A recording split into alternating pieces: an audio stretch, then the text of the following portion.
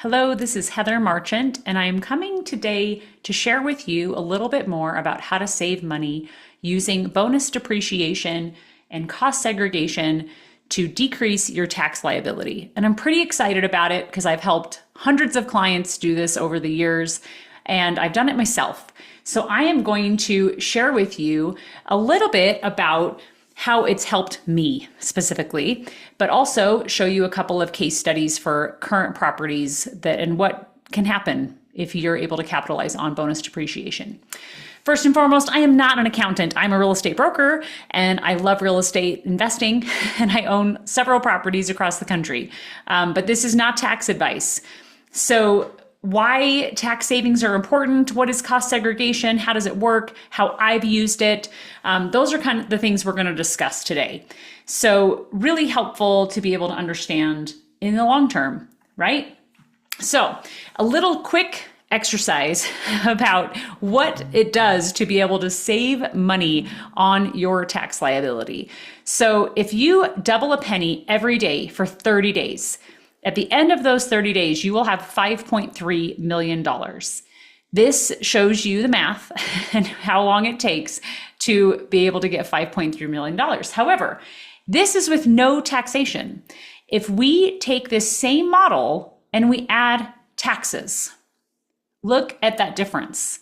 This is how much taxes slow the acceleration of wealth creation. So compare those side to side.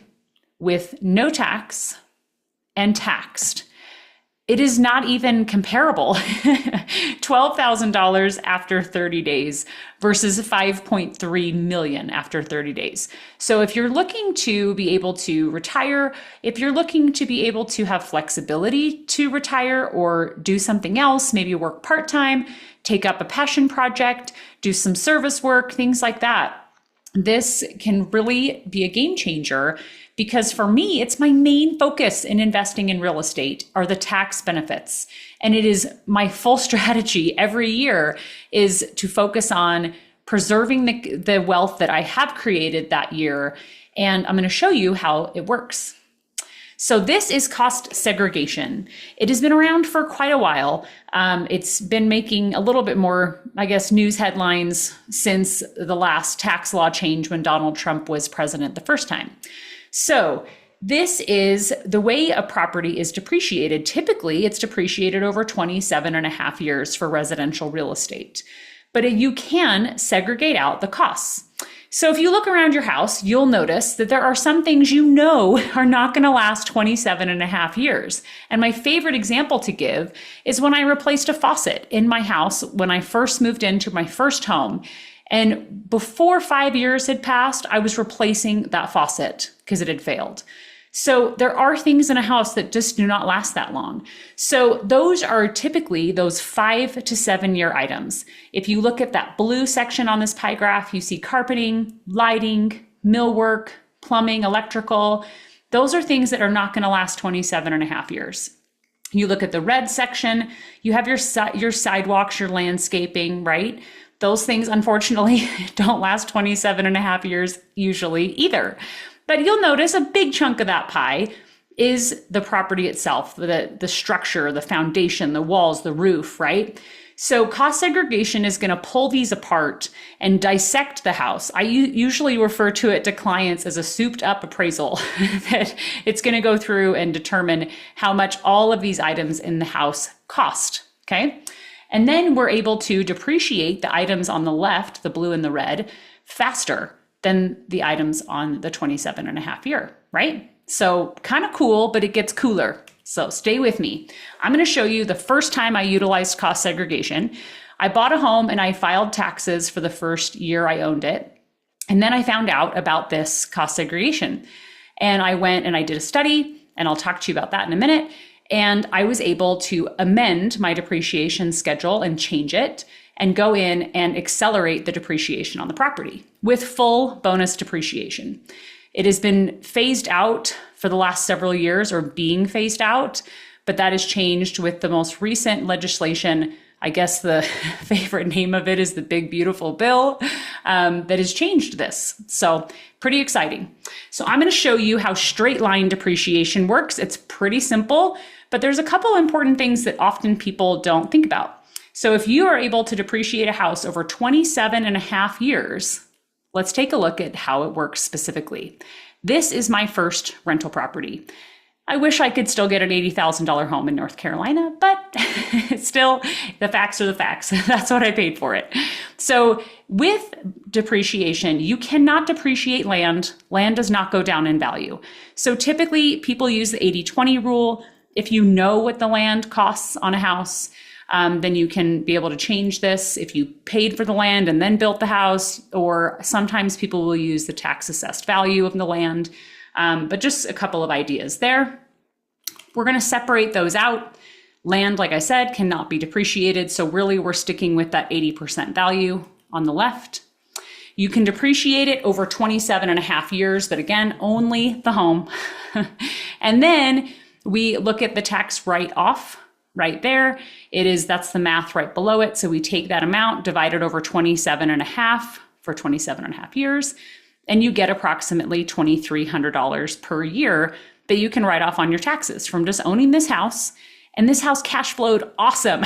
So on top of it, you get to have this extra little bump every year in saving on your taxes. But that is the write-off, right? That is not the actual tax savings in my pocket. So if we use a 25% tax bracket, that's $600 a year back in your pocket, right? Not life-changing money, but still, who's going to throw that away, right? It's still exciting. So then I'm going to show you the modeling study that I did. This was a benefit estimate, or it says at the top, this is an actual screenshot of what was sent to me. And they said my basis estimate, so the structure estimate, was $66,082.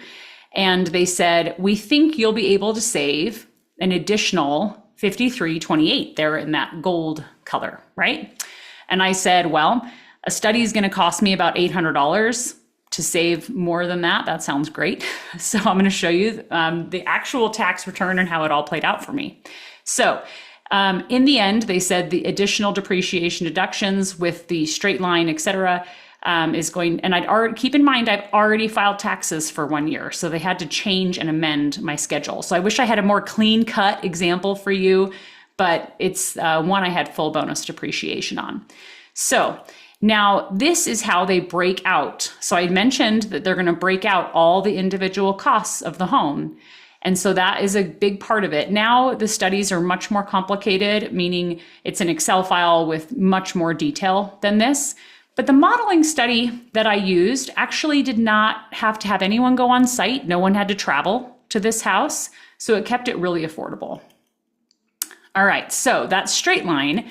But what if we accelerate the depreciation using cost segregation, like I just showed you in that modeling study? So on the left is what I just showed you a minute ago, but let's look at the right, right? So this cost me about $800 to get this study done. And the tax write-off is $27,000 in year one. Because with bonus depreciation, you are able to take those 5 and 15-year depreciables and write them off upfront in the first year the property is in service. That doesn't matter if you close January 1st or December 31st. You get this same write-off, which explains why my Decembers are really busy. So that the tax savings is over $7,000 in the first year versus $600, being able to use this bonus depreciation. Feels kind of like a hack. So this is the actual study that was sent to me once I paid. The initial one I showed you was just an estimate. And what these two amounts here, the $27,354, is the total additional depreciation I was able to take for bonus depreciation to accelerate time, because those 5 and 15-year depreciables are written off in the first year. So here is my actual tax return. I gave that paper to my accountant. It was 1 page, not complicated, and I gave it to him. The Excel file is a separate thing now. Still, the modeling study is pretty simplistic. but I just sent that to my accountant along with all the other documents they requested, and they amended my depreciation schedule. So you'll see there every year I get a 27.5-year depreciable item on my tax return up there, the 1408, but I get a less amount now. Before I was getting a little higher write-off. So now that number drops pretty, maybe by half or so. Then on the left, you see those two items circled that are the personal property, the 5 and 15-year depreciables. Then over here, you will see my total tax savings, right? So 72, 73. So pretty close to the estimate I was given as to what I would actually make.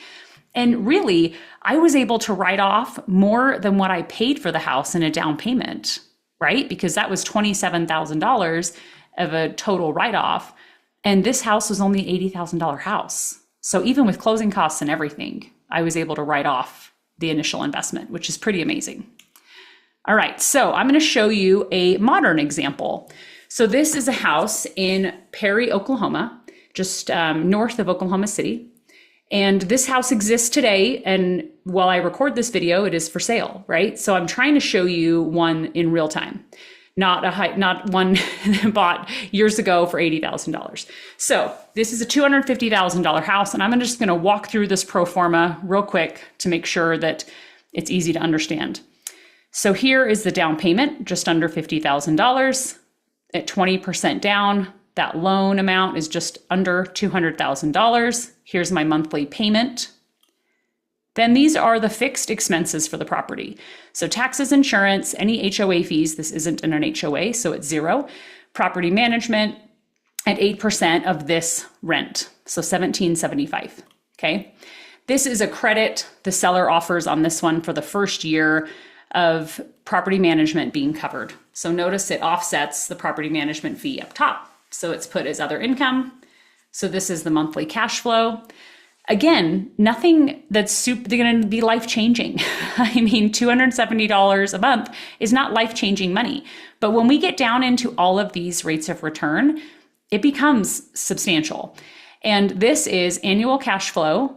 And I take that annual cash flow and divide it by that initial down payment to get 6.5% rate of return.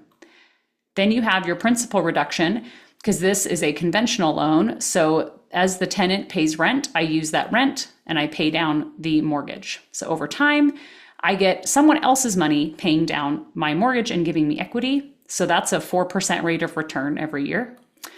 This is just straight line depreciation at a 25% tax bracket. This is not cost segregation on this property. Here is the appreciation at 5% appreciation. So because I'm financing the property, I divide that $11,720 by the $49,980 to get a 23.5 rate of return. Even though it's appreciating at 5%, I financed it, so it increases my rate of return. So total investment is 38%. That is pretty substantial, and this is prior to any cost segregation. So here on the bottom of the pro forma, vacancy and maintenance is taken into account. It's showing the first year as none. This property will be leased and it'll be brand new. So no maintenance or vacancy expected in the first year. And then the expenses match the top, all the expenses without the mortgage payments, and these are annualized here. And there we go. So then you have your cash flow, okay? So let's look at, in preparation for this, I sent this property to get a modeling study estimate. And this is the accelerated depreciation estimate on this $250,000 house, $43,982. And here is the breakdown. A little more complicated, like I said, but also pretty simple because you have your 5-year depreciable number here and the 15-year depreciable number there. So all of those taken upfront as bonus depreciation in the first year this property is in service. So that is where that number comes from. So a couple of things you want to know about doing this. And there's quite a bit because there's some exciting things that I even learned in preparation for recording this today. I recorded this same presentation and presented this live in front of a group back in, I want to say it was 2019, maybe 2018, but there's a lot of new things and new information. So that 2018 Tax Cuts and Jobs Act, it gave us this bonus depreciation, which was awesome, but it was being phased out. 2025, this year, was supposed to be a 40% bonus depreciation. It had been decreasing every year. And in the past, this bonus depreciation allows that taxpayer that invests in business property that it would be generally capitalized and depreciated over the useful life of the property. So you're able to, it's all about being able to accelerate it. And bonus depreciation existed before, but now because with that bonus depreciation, you were able to take it all in that first year, right? So this big, beautiful bill that passed, they are purchased, if the property was purchased after January 19th, the property is eligible to do bonus depreciation, right? So a couple of things that are important. There are caps on how much you can write off. So I want to talk about real estate professional just briefly. So if you actively participate in real estate activity, you can deduct up to $25,000 in passive losses against your non-passive income. So non-passive income would be like your regular income from a W-2 or whatever. But if you make over $150,000 a year, you get no deduction. It just goes down and down and down until you make $150,000. You don't get to have even that $25,000 option. But if you qualify as a real estate professional, real estate losses are not considered passive losses, and you can write it off against your income. So it's pretty exciting if you can qualify as a real estate professional. So let's talk briefly about what that means. So, one thing, losses do carry forward. So if you can't use them, if you don't qualify as a real estate professional, you can still use them in future tax years, but it doesn't really, it's harder to do, right? It's just harder to take advantage of these bigger write-offs. So the qualifications to be a real estate professional, there are two main qualifications. You must spend more than 750 hours in the real estate business. You need to actively participate, okay? And track it. It's helpful if you have a paper log versus a digital log in case you have an audit or anything like that. And then you have to have it be more than half of your working time. So if you already work full time, it's going to be really hard to prove to the IRS that you are a real estate professional spending all of your time in real estate, right? Because they're going to say that's impossible. So it's good if you have a spouse, like a spouse can qualify as a real estate professional, or you can work part-time. Sometimes it's helpful depending on how your pay is structured so that it's not documented that you're working full-time as far as your taxes are concerned. Because part-time work, that helps because you could do part-time at one job and part-time real estate professional. I've had clients retire their spouse just so they can be a real estate professional. When they ran the numbers, the tax savings was more than their income. So not hard. You can ask your accountant about it, but not all accountants understand this very well. Not all of them are created equal. So if you need a referral, please reach out. My accountant and I had a call today in preparation for this because I had just a couple of questions to make sure that I understood this part. So this is brand new to me. This is the short-term rental loophole. So this is, if you have a short-term rental, the losses or depreciation, your any repairs or things like that are not considered a passive loss. So that changes the game because then you have just a couple of requirements. The average guest stay for the year has to be 7 days or less.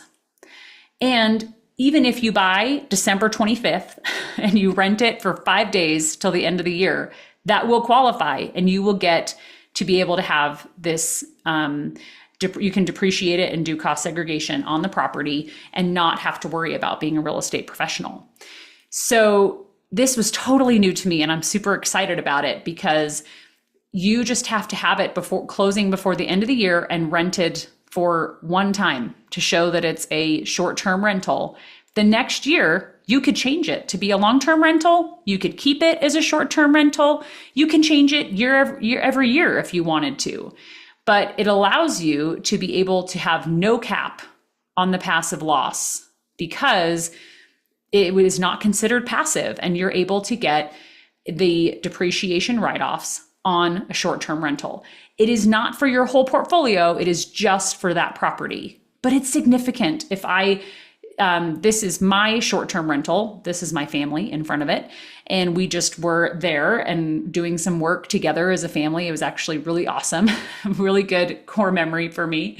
But this is something that can be a game changer for people to be able to expand their real estate portfolio and own remotely with a professionally managed short-term rental and be able to use cost segregation and not be capped on how much depreciation you can take, but only on the short-term rental properties, right? So theoretically, this is my house in Oklahoma, and I can get as a short-term rental, I can get the full depreciation upfront, the bonus for year one. And then next year, I could decide that I want to use it as a long-term rental and still be able to get that 27.5 year depreciation, but I got that big bump in cash for the first year it's in service. So pretty exciting. I think this will be a game changer for a lot of people. And I have options for these types of properties that cash flow as a long-term rental and as a short-term rental. Obviously, they cash flow better as a short-term rental and have professional management. So this is an option that I didn't even have maybe 6 months ago. I just put mine in service in March to kind of test it, and it's killed it. It's done awesome. So a couple other things you need to know. As I mentioned a couple times, closing on the property before the end of the year is the biggest deal. I have clients that get that confused with getting that modeling study done. It's not the same. You just have to close by December 31st. You do not have to do a study, reach out to the cost segregation professional. You don't have to do that until just before filing taxes, technically. All right. So the cost segregation study only takes a few days to get back. So I typically am reaching out January, February, getting all the information over to a cost segregation professional. If you need a referral for that, let me know. I have a great one that I've used since 2018 and same one. And they're super inexpensive compared to other companies doing the same thing, because they utilize technology instead of needing to go on site and travel. So really helpful. It is less expensive to do the study in the year you purchase the property. So let me make a clarifying statement on that. If I buy it in 2025, December 31st, doing the study in February of 2026 is technically the same year, right? Because it's the tax year that matters. So it's cheaper than if you do a look back study, it's called. So say I buy the property in 2024, and when I file taxes in 2026 for the 2025 tax year, hope you stayed with me on that, then you'll have to do a look back study because you already filed taxes for the year you bought the property. So it is more expensive to do a look back study. Not a ton, I should clarify, not a lot, but still I'm all about just being aware and buttoned up so that you can save more on your taxes. So you could have tax risk if you sell the property. So that property I showed you in the beginning in North Carolina, I already sold that property, but I did a 1031 exchange. And so it defers the taxes. And so it will just carry forward into those other properties. I did not have any depreciation recapture on those properties because of that. And then again, filing taxes as a real estate professional, you have no limit on the amount of depreciation if that's something you or a spouse can qualify for. And in closing, it is not how much money you make, but how much money you keep, how hard it works for you, and how many generations you keep it for. This is Robert Kiyosaki. I love this quote because it is so much more than buying rental properties for cash flow or buying rental properties for appreciation. You get 4 rates of return in owning a rental property. And one of the big ones is your tax savings. There is no other investment that I'm aware of that has 4 rates of return. So again, you have your cash flow, you have your depreciation, which we discussed today can be a game changer, writing off more than my down payment on every house I've bought and used this study, the cost segregation study. And then you have your appreciation, the property going up in value over time, but that's a gift, not a given, right? And then you have that principal reduction that allows you to have the tenant paying down your mortgage. So there's no investment out there that has these type of benefits while helping you grow your wealth. So super pumped about this and pumped about the changes. If you have any questions, please feel free to reach out to me. I'll put my information in the comments as well.